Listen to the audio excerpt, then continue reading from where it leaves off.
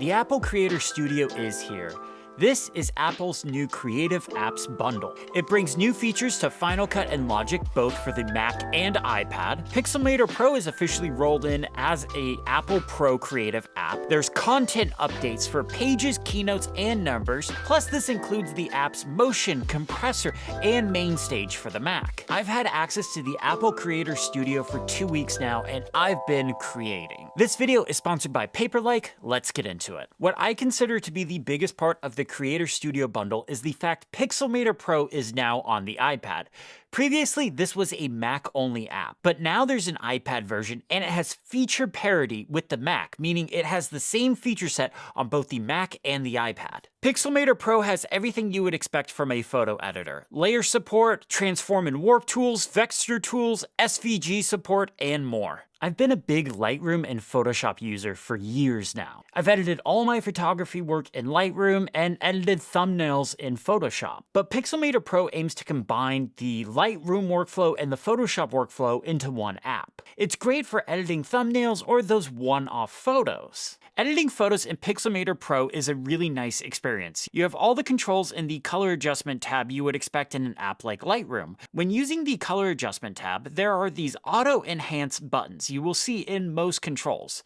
These use machine learning to make edits for you. If you're just getting into photo editing, these are pretty handy places to start. It'll show you exactly what each control does and kind of a neutral output for them. Pixelmator Pro also has really good denoise tools as well. I would say it rivals that of Lightroom for the iPad's denoise tools. Plus, there are good retouch tools for removing those specks of dust or people in the background. If you do a lot of masking or like screen replacements or something like that, in Pixelmator Pro, it's really easy to create a mask and cut something out. Outside of the normal masking tools that you would expect to see in a Photoshop-like app, there's also masking tools for selecting objects or color. You can then invert the mask to cut out that object. In my experience, Pixelmator Pro does a better job with these smart mask tools than that of Photoshop on the iPad. For me, I use these a lot to cut out my iPad screen. I'll have like a green image on my iPad screen, and Photoshop on the iPad would always leave like these little green lines on the edge.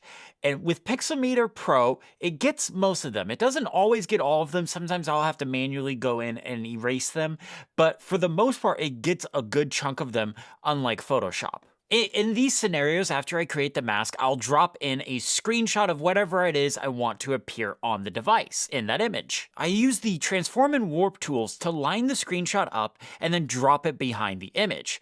This way it just looks like a normal device screen. Pixelmator Pro even has a wide selection of brushes you can use like Procreate to draw and paint right on your canvas.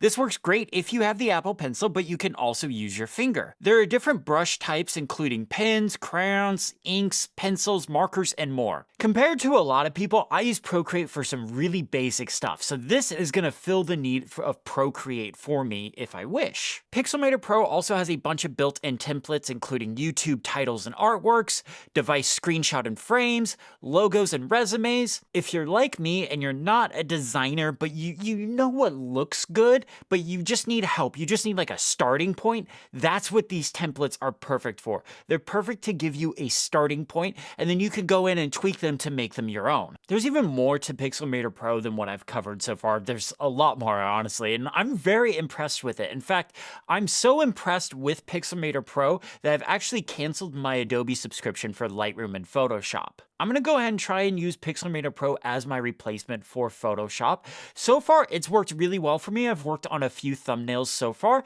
and I'm pretty happy with the results. The only downside is Pixelmator Pro isn't great for editing large groups of photos. Like when I go up into the mountains and I take hundreds of photos, Pixelmator Pro isn't great for like going through those, marking them as like the ones I want to edit, the ones I want to keep, the ones I want to reject. Pixelmator Pro isn't great for that. But what's weird is Apple actually has an app for that, and it's another Pixelmator app. It's Photomator. I'm kind of surprised that Photomator isn't in the Apple Creator Studio bundle. Now, some people are going to argue that Pixelmator Pro has all the features of Photomator And that, as far as control-wise and editing-wise goes, that's true. But the layout of the app is different enough that gives you this carousel at the bottom that's great for moving through large folders of photos so that you can go through and reject and select and figure out which ones you want to keep and delete and things like that. That Pixelmator Pro just isn't quite set up for that. Now, Photomator is sticking around. Apple's not getting rid of Photomator. It's just not included in the Creator Studio bundle, which is weird to me. Now, I think I'm grandfathered into Photomator because I went and re-downloaded it and I didn't have to sign up for a subscription on my iPad or iPhone. I was able to just use it, had access to all the features. There was no prompts or anything. I think I'm grandfathered into it there, but on the Mac, it did want me to sign up for a subscription. So I'm going to try and use this as my Lightroom replacement. I would love to get rid of the Adobe software, especially because it really treats the iPad as a second-class citizen, and that's where I primarily work. And since Pixelmator Pro and Photomator are Apple apps now, I don't really have to worry about them being treated as second-class citizens on the iPad. The other argument I want to make for Photomator is that a lot of photographers don't want to use transform tools or warp tools or need image layers or anything like that, want to add text or something to their photos. They just want a tool that's good for editing photos, maybe making their own presets, editing large group of photos at once. That's what a lot of photographers want. And that's my argument for Photomator to still keep on existing and hopefully one day get rolled into the Creator Studio bundle. Like I said, I canceled my Adobe subscription. In fact, just the other day is when it would have renewed, and I haven't felt the need to go back. I've been pretty happy with Pixelmator Pro, and when I've been editing lots of photos, Photomator has worked for me just fine. This video is sponsored by Paperlike. This is the Paperlike 3 screen protector. This is the brand new version of the screen protector for iPad users. This gives you the feel of premium paper when writing or drawing on your iPad. It uses the latest evolution of Paperlike's nanodot technology that they have been refining and testing for years now. This gives the screen a matte look, textured feel, and extra friction without compromising screen clarity. A big new feature of the Paperlike 3 is the introduction of the butterfly application system. This is a completely rethought and redesigned way of applying the screen protector to your iPad so that there is a dust-free application. When applying the Paperlike to your iPad, there are 4 layers: the screen protector, a dust-catching layer, and 2 protective folios. When installing the Paperlike, it comes with this helper tool and an incredibly easy-to-follow step-by-step guide. This ensures the screen protector is properly aligned. Plus, with the addition of the 4-layer design, you won't get any dust between the Paperlike and the screen of your iPad. I love this new application process. I am the worst at applying screen protectors. I'm terrible at it. I always get at least one bubble under the screen. This new installation process is really easy to follow. But if you do mess up, Paperlike includes a second screen protector, so you can just try again. Unlike a lot of screen protectors, the Paperlike 3 follows Apple's recommendation for maximum screen protector thickness. The Paperlike comes in at just 0.095 millimeters thick. Paperlike is one of my favorite iPad accessories. I have one on every single one of my personal iPads, and as the iPad guy on YouTube, I have a lot of iPads. Paperlike provides a 100% satisfaction guarantee within 100 days of purchase, so there's really nothing to lose. Paperlike also makes a bunch of other iPad accessories. I'm going to put some links in the description below so you can go check out their whole iPad accessory line, but be sure to check out the Paperlike 3. It's definitely one of my favorites. My thanks to Paperlike for sponsoring this video. Final Cut Pro is getting a massive update with the Creator Studio bundle, and what's interesting is the iPad version of Final Cut is actually getting more features than the Mac version. The iPad version is getting everything the Mac is getting, plus more. I'm going to start off by talking about the features that both platforms are getting, and then when I get to the iPad-specific stuff, I'll let you know that that's just iPad-specific. But for right now, everything I talk about is both on the iPad and the Mac. First feature is transcript search. So now what happens when you import video or photos or audio or any of that kind of thing, it gets analyzed in the background. Then in the Library tab, what you're able to do is you're able to type something that's said in your video. So for example, I just put out a video about a bunch of apps that I'm using, a bunch of productivity apps. In that video, I talk about Drafts. It's one of my all-time favorite apps. So I could just go up in there, type in Drafts, and it'll pull up every time I mention the app Drafts. You can also use this for phrases as well. But this is perfect if you are looking for a specific clip, if you have like a really big edit, like you did an interview and you have an hour long and you're like, the producer gives you a list of all the lines they want or something like that. Instead of scrubbing through an hour of video, you can now just type in the phrase that you're looking for and grab those clips. That's going to save editors so much time. Plus, this is going to be great if you turn a lot of like long form video into short form stuff, whether you're making a trailer for your video or you're just making vertical short form video.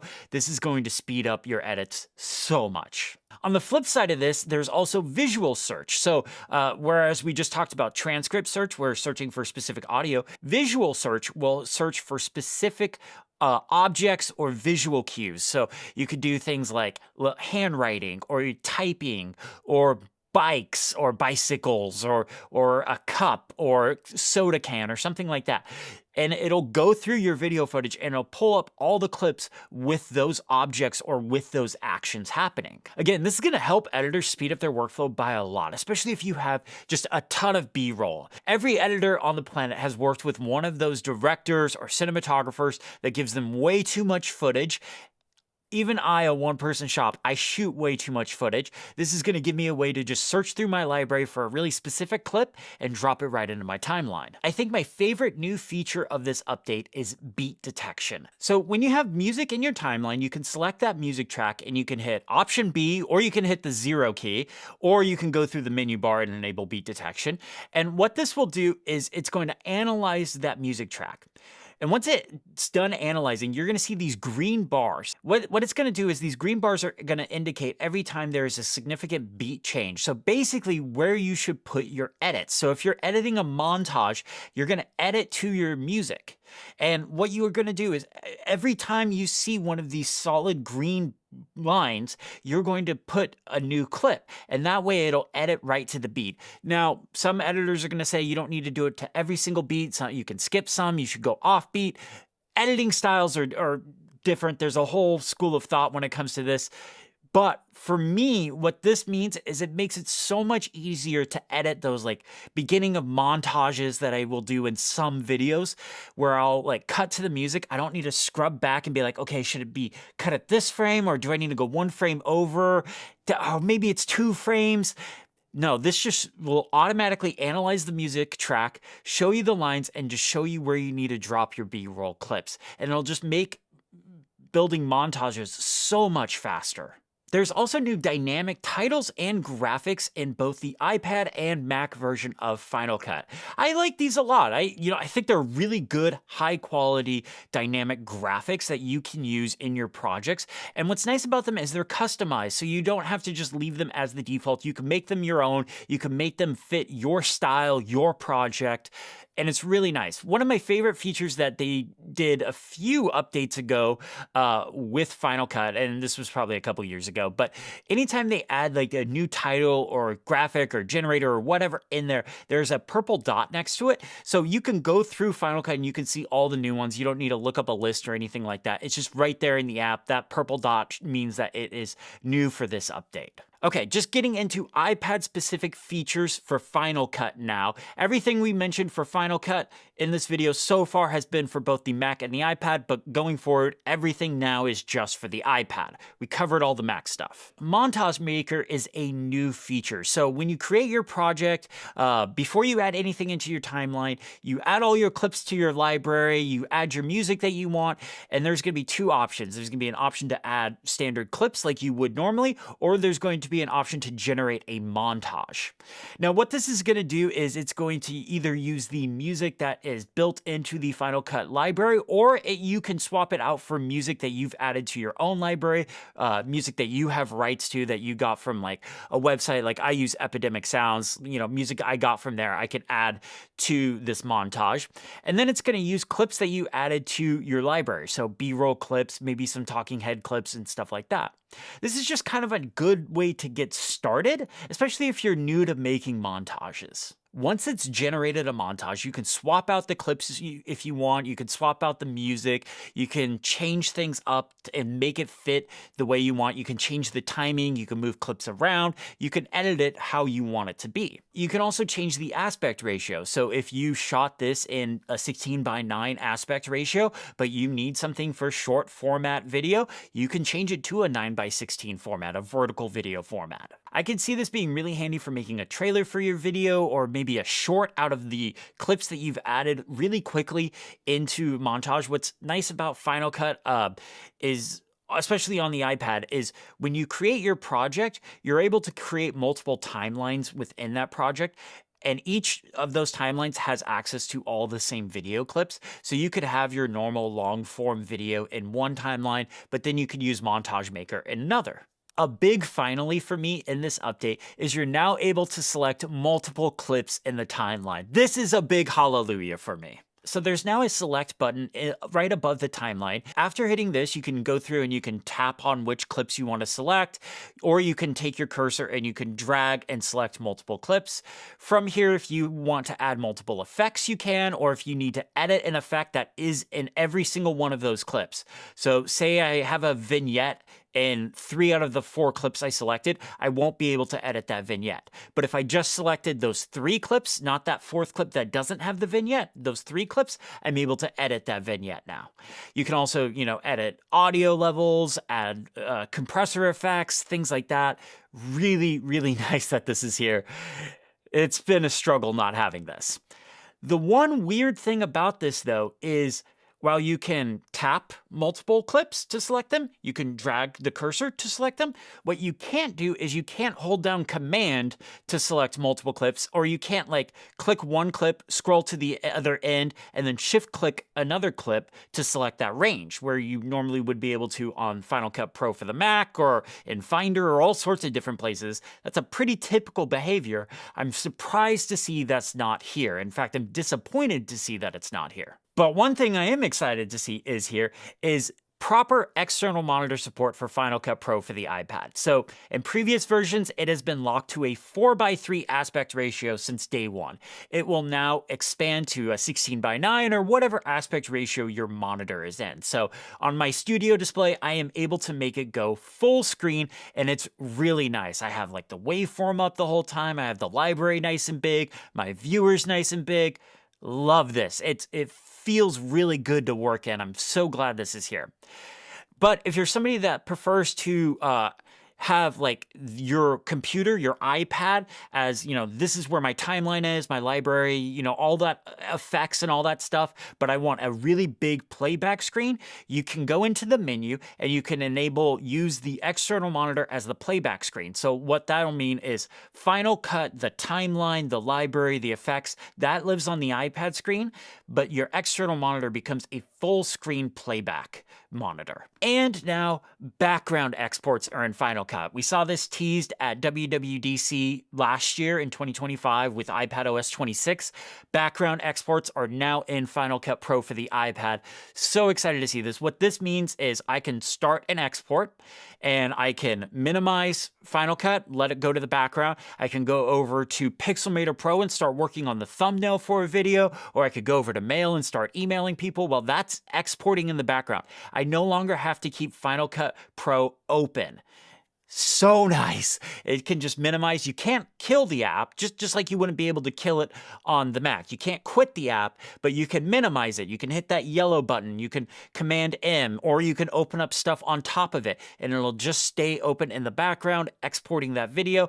You'll see a little live activity at the top. It'll let you know when it's done.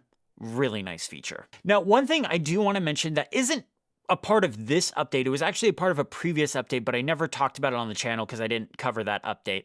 But the animation keyframes now, when you go to animate something, they default to a transform all option instead of a transform specific position, scale, opacity kind of thing. So what this means is you can set up your keyframes now and do scale and position at the same time. You can, without having to change that property. It's just kind of a nice quality of life improvement. Logic also got some really nice updates. There's now some synthetic audio players and stuff like that. I'm not a music person. I don't quite understand this stuff. I saw it. I saw a briefing of this stuff. I saw it looks really cool. I feel like I'm doing you all a disservice, but I also know if I tried to cover it, I wouldn't be speaking about it correctly, and I'd probably be doing you an even bigger disservice. So what I'll try and do is find a video of somebody covering this new Logic update and put it in the description or a comment or something like that. One of these days, I will have my brother on and have him go through Logic with me. Keynote, Pages, and Numbers are getting exclusive features for the Apple Creator Studio. Now, these apps are going to remain free, but there's going to be specific features in them that require the Creator Studio bundle. For example, one of these features are the new templates. There are a ton of templates in Pages, Numbers, and Keynotes now, and they're actually really good, especially in Keynote. Keynote is kind of the standout update of these three apps here. Keynote got a lot of really nice stuff. What you'll see throughout these apps is there will be these purple buttons. These are to indicate that these are the premium features behind the Creator Studio bundle. In all three of these apps, there is now what's called a content hub. This is a place where you'll see photos, graphics, illustrations, and background. Kind of like word art, but for 2026. Now, I don't mean that in an offensive way. Word art was awesome back in the 90s. You would use that to maybe push your paragraphs a little bit more so that way you could fill out those pages a little more in school. You guys know what I'm talking about. But no, there is actually some interesting stuff in here. Plus, there's features that come from like Pixelmator Pro, like super resolution. So if you add, say, one of your images to a Keynote page, but it's really small, like it's an old photo and it's really small, you can use super resolution to blow it up so it looks decent, looks pretty good, and it'll fill out, that section that you need it to fill out. There's also options like auto crop from Pixelmator Pro that will kind of crop the images and kind of make them fit a little bit better automatically. And in Keynote, there is the ability to generate slides based on notes. So you can add in your notes about like what you are making your presentation about. So say I'm giving a talk on how to make a pizza. I can put in my notes on how I make a pizza, fill all that stuff out, and it'll generate slides based on that automatically. You can also generate presenter notes based on slides, but I don't see this as being useful as, generating slides based on notes. For me, presenter notes have always been like things the presenter, need to know about, but aren't in the slides. So generating the presenter notes based on the slides isn't going to do me any good. I need the notes that I'm not putting on those slides. So maybe I wrote myself a joke or something like that. I don't want the joke on the slide. I want it in the presenter notes. So the presenter, just sees it, not the audience.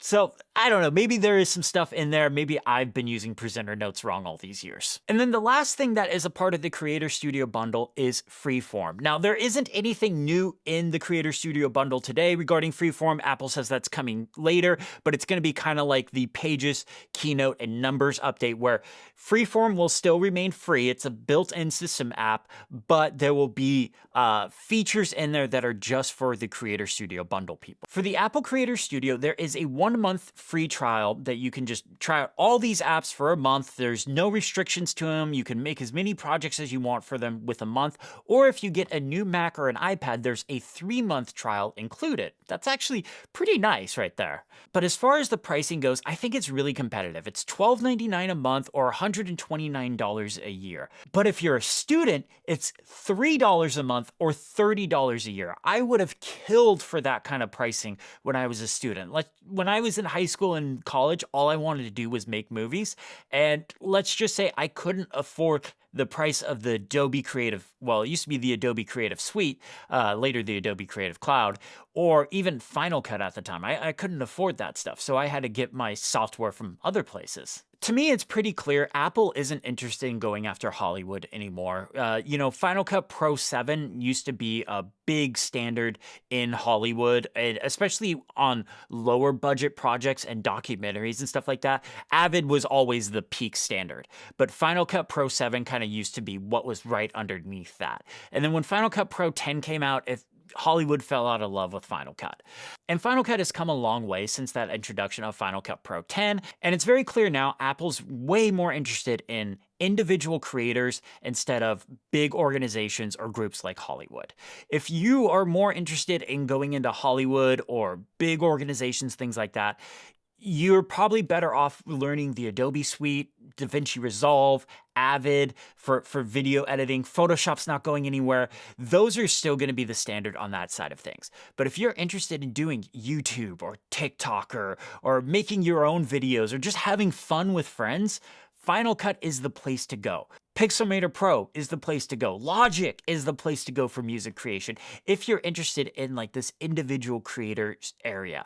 And the pricing, I think, reflects that, and the feature set reflects that as well. For me, this is actually going to end up saving me some money. So I was paying $50 a year for Final Cut Pro for the iPad. I had paid $300 for Final Cut Pro for the Mac years ago. I was spending $240 for Photoshop and Lightroom every single year. So now I'm just spending $130 flat, which saves me about $160 a year. So I'm pretty happy with that savings. And so far I've been happy with the feature set, especially that knowing that these are native apps. And when it comes to stuff like Pixelmator Pro, the same features that are on the Mac or on the iPad version. Hopefully Final Cut for the iPad gets there one day.